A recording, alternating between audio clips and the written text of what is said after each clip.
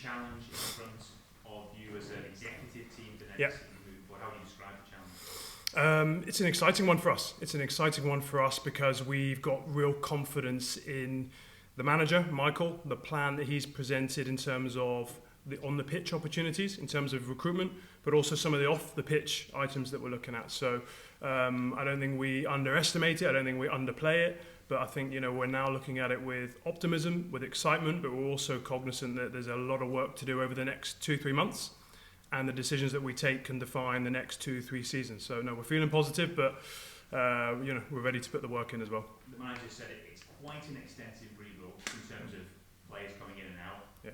From your side of things, as a club, will you need to put more resource in this summer than perhaps you'd initially wanted to or would do in ideal circumstances? Yeah, I'm not sure it's putting in more resource. I think if you look at the evolution of the squad, there's obviously a greater number of players than usual, if you like, that are going to leave Rangers for whatever reason. So I don't think the resources are anything that's additional, but I think the level of transformation is probably going to be more than we've seen before. But as I said earlier in the week, Michael together with John Park, our chief scout, and Fraser Murray, the kind of the scouting data analytics manager, they put together a plan that's been 2-3 months in the making, if not longer. Obviously, Ross Wilson was involved in that before he left us as well. So the plan that they presented, for us, it's exciting, it's achievable, but at the same time, we're going to need to be prepared to react to moments and that process, because it's not a linear process, because you're dealing with players that are considering what's right for them and their family. You're dealing with agents that are doing something in the best interest of the player, but also have got a commercial lens on everything and other clubs. So it's not as straightforward as going through a tick list of what we need to deliver. But, we've got the backing from the board, from the chairman, John Park, from all of the major investors to execute this plan. And we've been at it now for a few weeks. We are well advanced in a number of those conversations, and we're really focused to get it done, because we know that's what's going to make the difference for Rangers next season. When every little income stream is vital, how frustrating is it that a couple of assets have been allowed to sort of wind down their contracts, potentially going, Alfredo's going to go, looks like Ryan Kent will go. Is that something moving forward that the club needs to learn from? Potentially. I think, it's been spoken about before by the manager, by Ross when he was here. We cannot insist, we cannot force a player to sign a contract. It's their prerogative to take a decision. But what is important to us is getting the player trading model right, which means our recruitment decisions need to be spot on and needs to be backed up by great scouting, great analytics, and they need to be the players that the manager's identified and that the manager wants. But we also need to build value in the squad, and I think you saw us execute that plan with Calvin Bassey leaving to Ajax and Joe Rebo and Nathan Patterson. So it's never a perfect art, but the player trading model is one that we believe in, and we've shown that it can work at Rangers, and we want to build value in the squad so that we can have that model that's something that's got resources that are reinvested in the future as well. Final question from me. Sure. Before, given your commercial background and seeking to make the most of any strength or selling point of the products you're looking after, is there an appetite from you to try and get back to the full allocations of the old firm fixture? Because the general consensus is the selling point of that product has been damaged a little bit by not having full allocations. Yeah, so I think it's definitely an area we're going to look at, and we're going to have dialogue with all the right stakeholders, all the right authorities, be that Police Scotland, be that Celtic, and we hear and we recognise all the different viewpoints on that. So yes, absolutely, we're gonna look at that, and then we'll see where those discussions go in terms of next season. James, there's been a lot of change off the field. There's a very short period of time. Yeah. What was the rationale behind that? Because you just mentioned that you probably didn't plan as much transformation in the squad. Yeah. Was it the same maybe perhaps you'd have liked to have done this over a longer period, but this just felt like the right opportunity? Yeah, and I think the first thing to say there, David, is there are a lot of people that have moved on from Rangers that had unbelievable contributions to the football club, and I think the chairman, the board, and myself, I think we want to thank all of those people for what they did over different periods of time. They'll always be welcome back at Rangers, and people left for different reasons. That's normal in life and in business, and it just so happened that a number of those changes were quite truncated. But I think what we see now is that's a platform for a positive evolution. We've spoken already about on the pitch transformation, And I think we've got a similar opportunity in terms of off the pitch, and roles such as the sporting director, academy director, the commercial and marketing director, they are integral to our future strategy and the future success of the club. So we're really positive and excited by some of the conversations that we're having in those areas specifically. The types of profiles that are putting themselves forward to join Rangers, I think that just shows the stature of the club and what an opportunity that is for different individuals. So we've got to get those decisions right. We've got to take sound judgment on those, but I think we're looking at that in a really optimistic manner as well, in terms of having the on the pitch and the off the pitch team in place to start next season from the strongest possible footing. And you mentioned the Douglas Park own chairman. What would you say his legacy is now from his time at Rangers? Yeah, I think Douglas has a fantastic legacy over a long period of time. What the Parks family have given Rangers is something that really should be admired by all supporters. From a personal perspective, Douglas for me as a chairman was a brilliant support during a lot of different ups and downs at the club, and Graham Park still remains on the club's board representing the Parks family interest. So Douglas's legacy will be 55, if you like, will be a European final, and the Parks family will still be there backing this board, and we've still got a really strong relationship with them. James, you mentioned in your club press conference that you would be discussing against safe standing. Yeah. That is obviously key to a lot of supporters' feelings, a lot of the supporters group, especially obviously like senior players, etc. Yeah.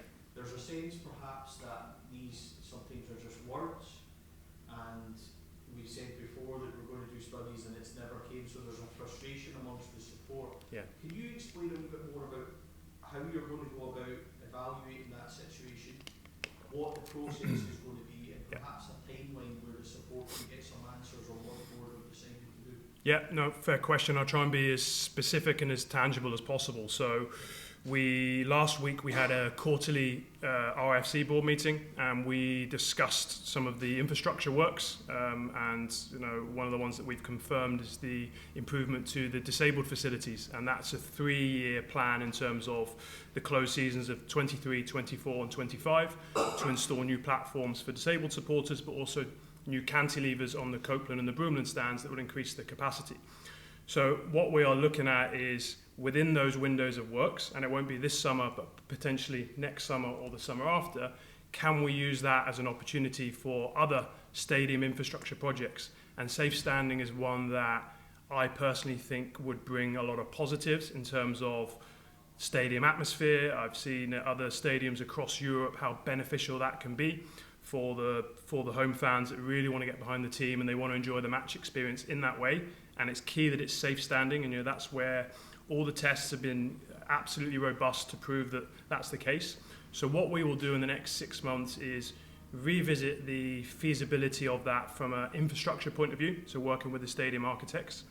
And in parallel, we will also talk to the supporter groups that have been lobbying, if you like, for want of a better phrase, for safe standing, but also those that are concerned about it, and they might be concerned because it means that their seat might not be their seat, depending where we put it. So we're going to have that dialogue, but we're going to have it in a meaningful way, and it's an area that I am supportive of, and I know that others on the board are also supportive of it. So I feel optimistic about it, but I can't give a guarantee until we've run through this process. James, on the issue of the no away fans and no home games, we talked about perhaps mood change there. Talks planned with Celtic. Is there a real feeling amongst Rangers that this needs to change for next season? There's no specific date in the diary for those talks, but I imagine during the summer and before the next Old Firm game that the dialogue will take place. How would you solve that problem, James, given that season tickets will be sold, are sold? So for next season, the season tickets have not been sold in the corner of the Govan stand where the allocation was previously. So for next season, we do have the opportunity, if we decide, to reinstate the previous allocation, which I think was 800, and that's almost, if you like, our maximum for next season. And then beyond that, it's a broader conversation. But we need to have the dialogue with those stakeholders because there are a lot of different views on it. But we will definitely have that conversation. Do you see a time when the full allocation will be given? I would struggle to commit to that now because there are so many aspects to that conversation. Jeff, can I ask you about manager, Michael Beale, ultimately he'll be judged by success on the field, Yeah. and normally that means by lifting titles, Yeah. winning cups. Yeah. Celtic seem to have a stranglehold at the moment anyway in terms of the finances as well.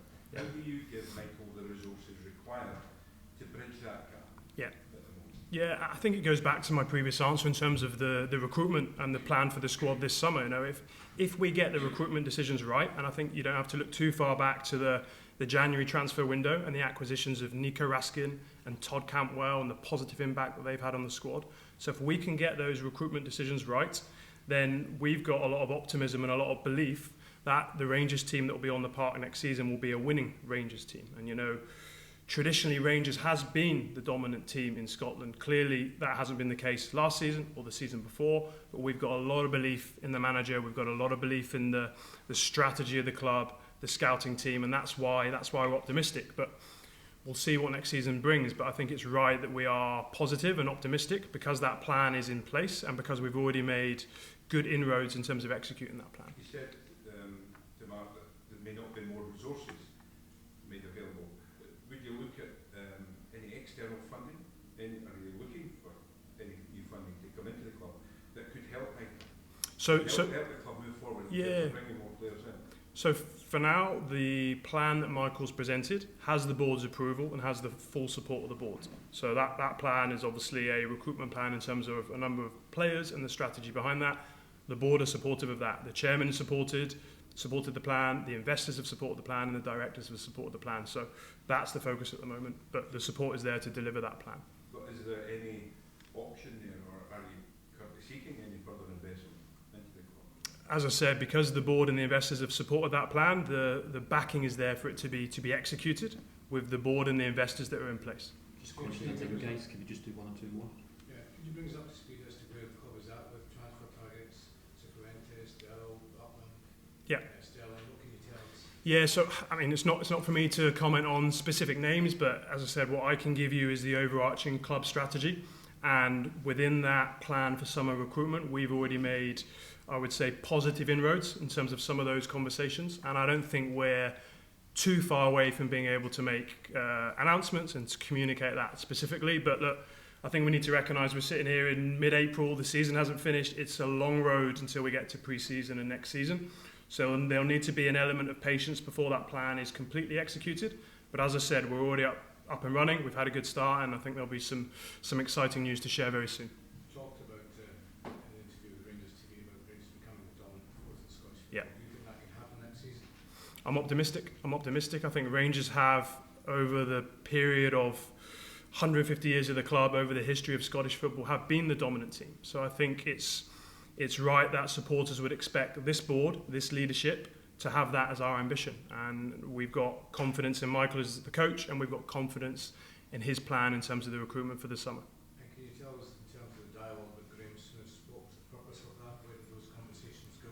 Yeah, so I mean, Graham doesn't need me to say, but Graham's an absolute legend of the football club. He's an icon, and you know, I think our strategy will be to make sure that we've got good relationships with a lot of our club legends. You know, I spoke earlier this week, I think it was even yesterday, to Richard Gough, and text with Kevin Thompson and Craig Moore. So it's important that we've got those touch points with people that are so important to the club's history. Graham, I think, was in Glasgow for a private engagement, dropped in for a coffee. It was an informal conversation because we want to maintain that relationship. Hopefully in the future, he'll be involved in more opportunities in an ambassadorial sense. You know, I think that's for Graham to decide. But I think the extent of the rumours probably went a little bit further than the reality on that one. Is that ambassadorial role something you guys have discussed? Not specifically. As I said, it was an informal chance just to reconnect because Graham happened to be in Glasgow and he loves to come into Ibrox. We had a coffee, we had a great conversation, and that was all for now. What would it mean if someone like him was to be involved in some sort of capacity in the club?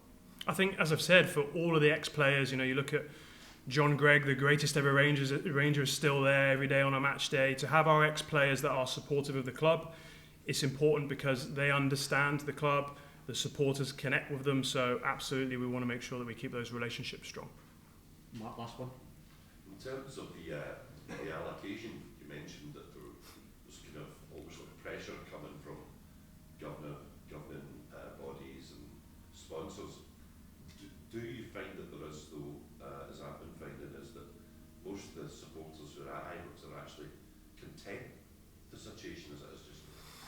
Yeah, I don't think there's any pressure. I certainly haven't felt any pressure from the authorities, but you know, I'm transitioning into the role, so maybe that pressure will come at one point. But we'll take the decision that is right for Rangers and is right for our supporters. So as I said, there will be that dialogue. I think the question was, you know, is there the chance to go back to the traditional allocation of the 8,000? I think that's very unlikely at the moment. We need to see where the conversations go, but I don't think that's something that looks imminent, I would say, Mark. And if I could just ask another one, in terms of your role at the club, it's obviously changed over time. Yeah. But also the club itself has moved from a long recovery period to that point where we're now engaged in major transfer sales. You know, there's less and less investment in shares coming through. Mm-hmm. Do you see this year being pivotal to Rangers running as a normal football club once again, rather than being dependent upon you know, the injection of funds from shareholders? I do, and I think, you know, last year our financial performance was the strongest for a very long time. We had a record revenue. We returned to profitability. We're still really fortunate that we've got investors that are prepared to back the club, and they're ambitious in terms of where we want to go, but we want to operate in a sustainable way, and that's how we'll set up the business in the future. You know, we've got those revenue pillars, the season ticket money, the European revenue, player trading, commercial, all of those areas we are seeking to maximise. And you know, as we do that, we'll, as you say, we'll leave the recovery period behind, and then it's a growth trajectory from there on in for Rangers. Thank you, guys. Check one thing. Where are you at as a club with the Sydney Cup? Has that been cleared yet? Do you have an idea of what that will cost ultimately, or how that will pan out? No, I appreciate the question. It's not something I can comment on at the moment because it's a legal matter, and hopefully you'll understand that. Thanks, guys. Thank you. Mark, do you want to go and set up?